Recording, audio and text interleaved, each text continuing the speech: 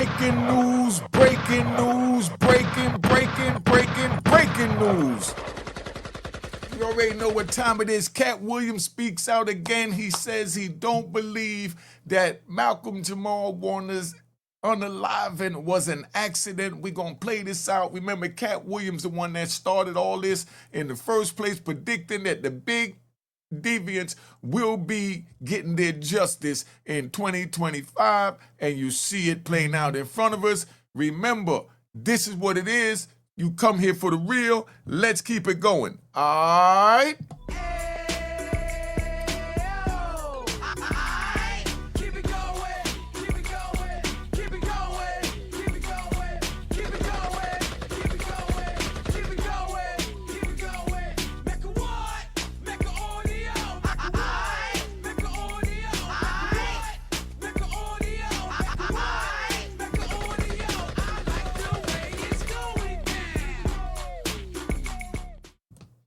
All right, you know what it is. Katt Williams speaks. You know when he speaks, we listen. So far, he seems to have all the data because, like he said, he's been collecting this for many years. Let's go. Let's see what Katt talking about. All right. 300 years of history. I look for all the black people that fit the description you just said. Malcolm-Jamal Warner, dead at the age of 54 on a drowning accident while he was vacationing with his family. Something's not adding up. Malcolm-Jamal Warner, star of The Cosby Show, reportedly drowned while trying to save his daughter in Costa Rica. But wait, Katt Williams isn't buying it. And honestly, neither should you. Because what he just said about Malcolm's death flips the whole narrative on its head. This isn't just a tragedy. This might be a cover-up. One designed to silence a man who knew too much, or worse, was trying to break free from the industry's grip. And if what... So do you believe that this is a cover-up? Or do you believe this is just an accidental drowning? Somebody put it in the comments. Let me know. We're going to ride this out. All right. Katt says is true, then someone wanted him gone, badly. Stay tuned because in just a moment, you'll hear the explosive statement Katt made that may explain why Malcolm was never supposed to come back alive. And once you hear it, you'll never look at this story the same way again.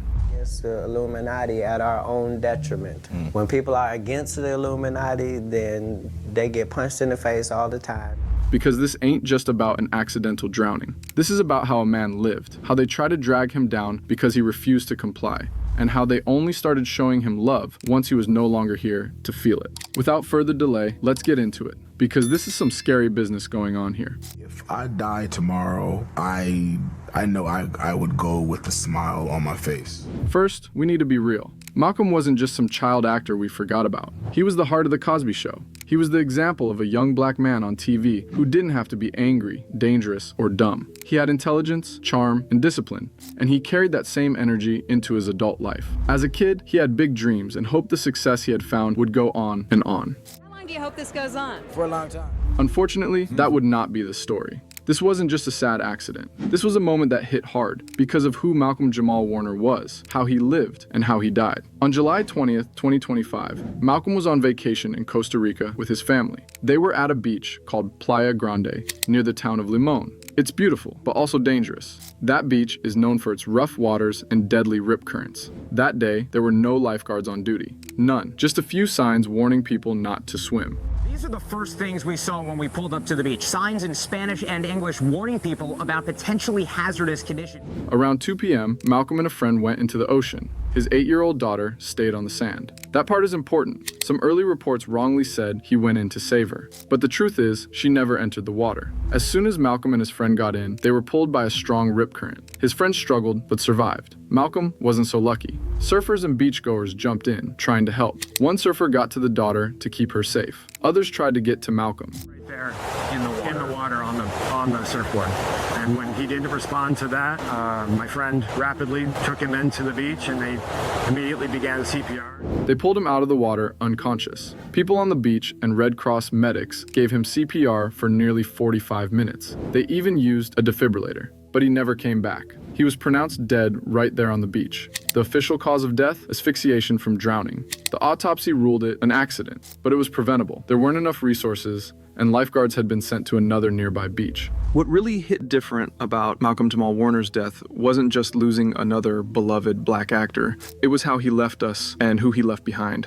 In the middle of all the shock and silence, One name stood out in the reports: his daughter. That's right, Malcolm had a young daughter, and she was with him on that trip. He wasn't on some wild celebrity getaway. He was being a dad, a real one. And let's not forget, he had always kept her life private. No reality shows, no tabloid photos. You'd barely even hear about her because he wanted to shield her from the chaos of the spotlight. I like to keep them and their identity private. I want people to know that it is possible to be happy and to have love. That was the kind of man Malcolm was. While some other celebs are out here parading their kids for clicks and clout, Malcolm was building a bond in peace. That trip, now his final one, was meant to be memories for her, not trauma. But sadly, it ended in the worst way possible. And here's the part that burns. He died still grinding, still trying to fully break through in an industry that uses black men up and throws them away when they stop trending. His estimated net worth, around $6 million. That's decent for a regular person, sure, but for someone who helped shape black TV history, that's insulting. Like Katt Williams always told us, if you're black in Hollywood and you don't play their game, they shut you down. He spoke on how certain roles, especially for black men, are designed to humiliate. He warned about those private rooms, those career tests, and the price of staying true to yourself. And folks laughed at him, called him paranoid, unstable, crazy. But everything he said is unfolding in front of our eyes right now.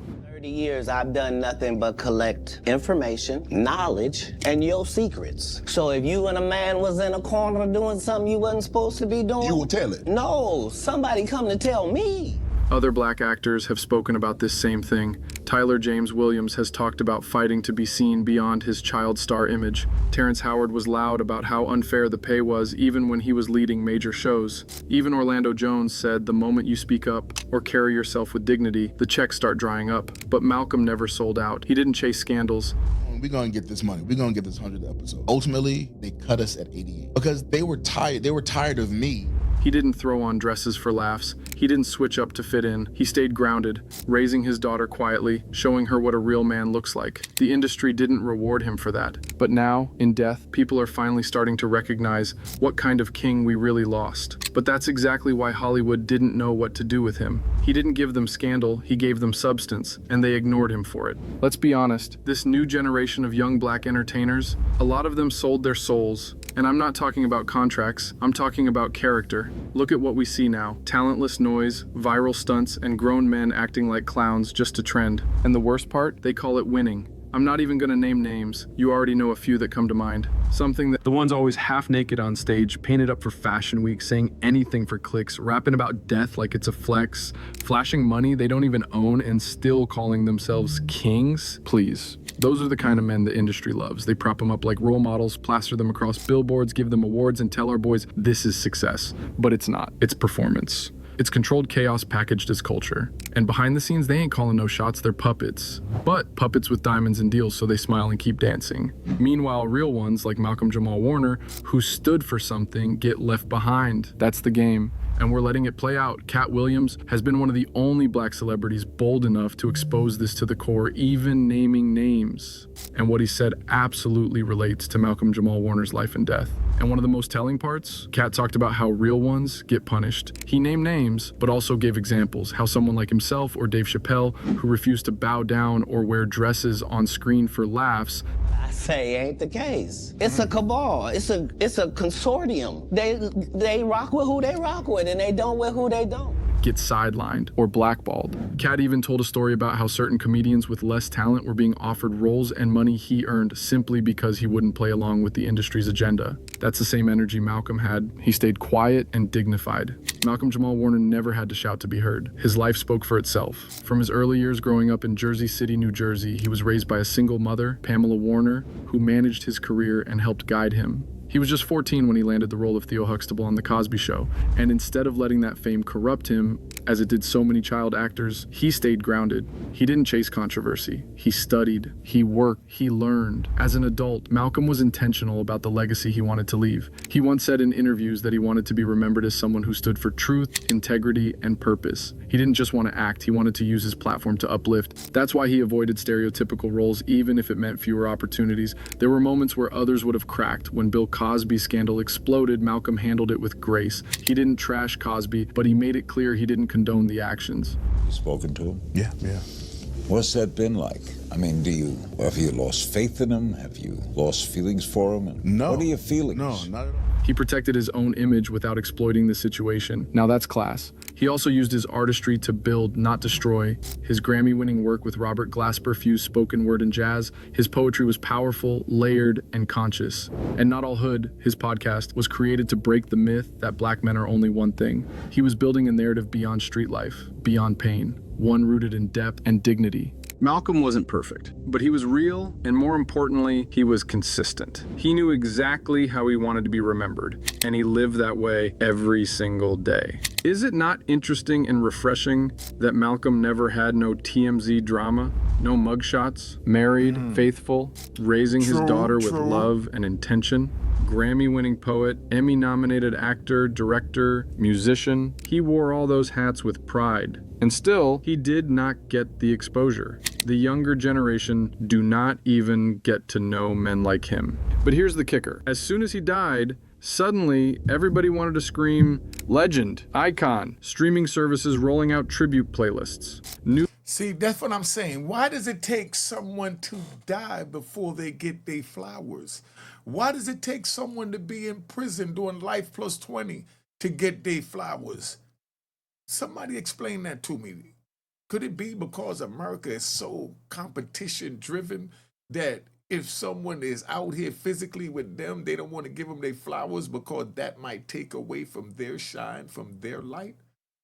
Could that be it? That's what's going on with this Diddy, Jay-Z, 50 Cent, Dame Dash, all these moguls, all these young, powerful black men that made it, they all labeled as trash while they're alive. And then when they die, then they everything under the sun. I was here, let's ride. I say that because I witnessed that firsthand with Tupac Shakur. When I was out here, 90% of the people hated Tupac. He was a thug. C. Dolores Tucker was going at him. Bob Dole was going at him. Everybody went on him. He even had a thug life on his stomach. They forgot about all of that. And they didn't look at it like it was nothing. It was like, oh my God, he put thug life on his stomach. And this is when tattoos was just coming in before everybody wanted them on their neck, their face, to the teardrops. You know what I mean? Tupac went out there and did that on his own. But once he passed, I'm sitting here, I come home, and the very men and women that I remember that talk trash about Tupac is now saying it like they had these wonderful memories with Tupac. Like, because we ride. Like when Tupac went to Atlanta, saw them doing something to a black man down there, and he got involved, and he wound up shooting the cop, right? But it was an undercover cop.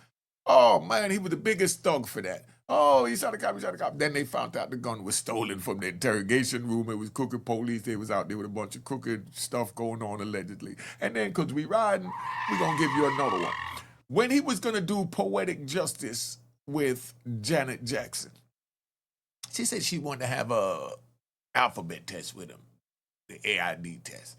And, before she even kissed him in the movie, not have sex with him, before she kissed him in the movie, she required him to have alphabet test because he was so into the street. They figured that he had diseases, he had this, he had that. Y'all forgot all about all that. Y'all put in the comments if y'all remember how they went at Tupac, calling him everything negative under the sun. Then when that charge that took him up north, that R charge that he went to trial for, everybody condemned him. They talked trash about him. Then once he came out and he started doing his thing, then now everybody loved Tupac. Where did this come from?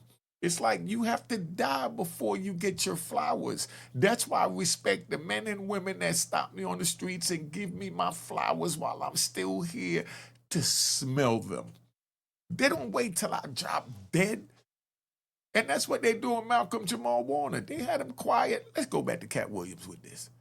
News anchors getting emotional on camera. Celebs posting long captions about how we didn't deserve him. Oh, please. Where was all this energy when he was pitching his podcast, Not All Hood? A show created to talk about blackness beyond stereotypes. Where was the support when he was trying to get funding for independent projects? Where were the roles when he was still young, healthy, and ready to work? Y'all ignored him. Hollywood ignored him. The industry buried him long before that ocean ever did. And now the same folks that boxed him out are rebranding his legacy, packaging it up for profit. It's the same recycled playbook. Wait until they die, then celebrate them loud and fake. That True. Didn't I just explain to you how they did that with Tupac? Let me get out the way so you can see this young lady. All right, let's keep it moving. That's how they keep their hands clean. Think about Dave Chappelle. When he walked away from that $50 million deal with Comedy Central, they said he was insane. They painted him as unstable, delusional. But what did he say? That the show had become a minstrel act, that he didn't feel right making white folks laugh at black pain. Sound familiar? He was creating his own pathway against the establishment. And unencumbered by a company who was financing my art. Right. So there aren't higher ups that I have to listen to. The second you say, hey, this doesn't feel right, they throw you out. They erase you. That's what they did to Katt, that's what they did to Malcolm, and if we're not careful, that's what they'll keep doing to anybody who dares to be real. You think this industry actually respects authenticity? Nah. It tolerates it when it's profitable. It celebrates it after it's dead. But while you're alive and breathing, you better fit into that box or get pushed off the shelf. Do you agree with that? Somebody put in the comments. Do you agree with that? They got to fit into the box while you're alive, or else they put you in the shelf. But they do give you flowers when you're dead. Put it in the comments. Malcolm's death was tragic, yes, but it was also eye-opening because it exposed the game. Here was a man who did everything right, and they still ignored him until he was gone. Now they're trying to sell his name, trying to stream his shows, trying to play clips of him playing saxophone like he was Miles Davis or something. Y'all had decades to give him flowers. Now all you're offering is candles and tweets? It's exhausting. And what hurts even more is how familiar this all is. Think about how many times we've seen it. Nipsey Hussle left out the spotlight until the day he was killed. Then suddenly everyone knew he was a genius. Because I'm going to keep it 100, right? I'm going to keep it 100 because we riding. I'm going to keep it 100. I never even heard a Nipsey Hussle song until after he passed. And I did about 8, maybe 10 years in California. But I listened to my New York music, call me biased, whatever. But when I heard it, I liked it, just like Mo 3, because we riding. Mo 3 passed, never even heard of the guy. I remember somebody caught me on my YouTube phone. Oh, by the way, I lost my YouTube phone out there in the Newark East Orange area. If anybody find it, that's my phone that you found coming out the liquor store late night last night.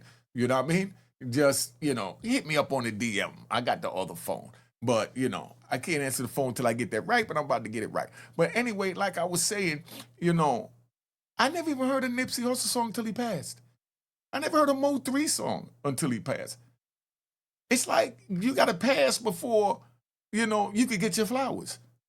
Somebody put in the comments if you think that's right or you think that's wrong, or if I'm right or wrong.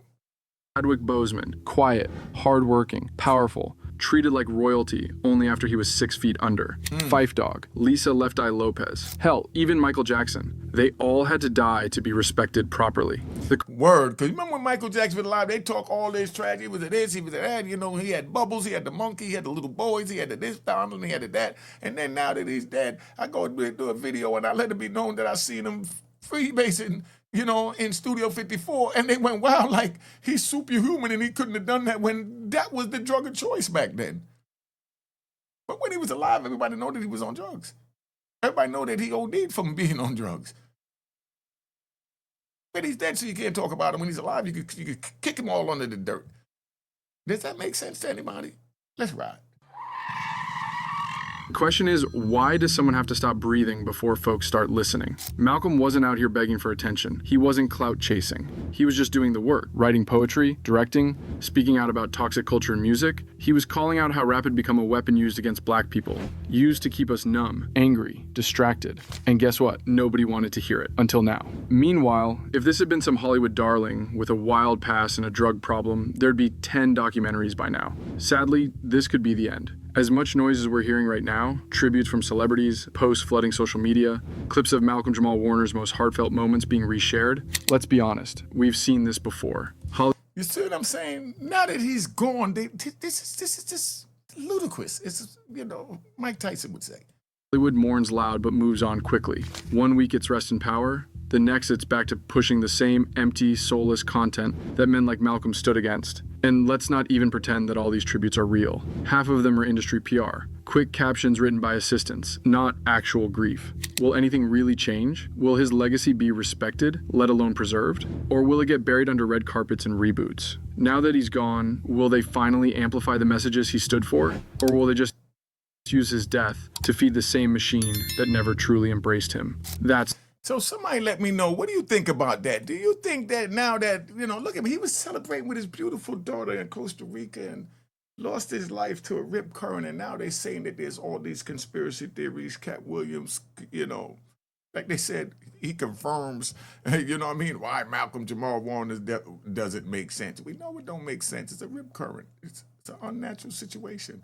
But somebody put in the comments, my daughter's YouTube is on the screen. Make sure you subscribe to Juanita Mecca Audio, Unique Mecca Audio Prison Stories. You want to get the prison stories. I'm going to get back into doing a few of those. I just been really chilling moms in the hospital, but I'm trying to make it through this rough time. And it's been hot as a mother out there. Let me get ready to get out of here.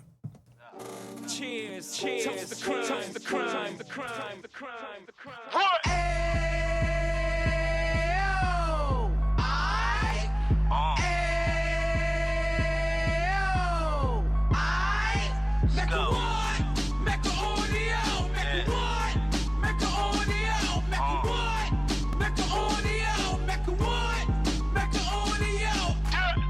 Fresh out the can of 26, he back on the strip, getting back in the mix. What he mentions a gift. You stand up 10 toes down, and I suggest you pay attention to this.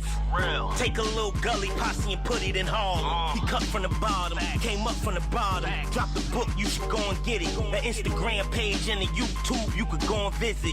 Then you could consider yourself LinkedIn. Sit front row and get Jews from a kingpin. How he went through it, so you ain't gotta go do it. To not pay attention would be stupid. Talking about a man that probably put your grandfather on. Probably the reason that him and your grams got along. A man that generated millions on the block, did his time, never squilling till the cops make a hold of you.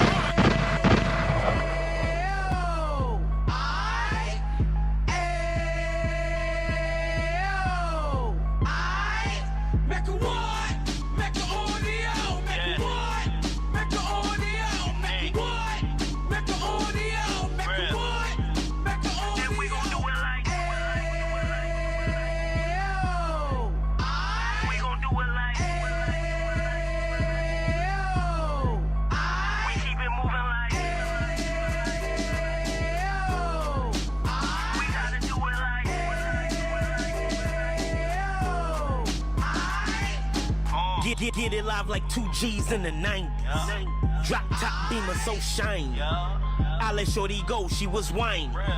Treat her like my past, she behind me. Spin a couple bands on the Dapper Dan. You be back again, getting green like a Packers fan.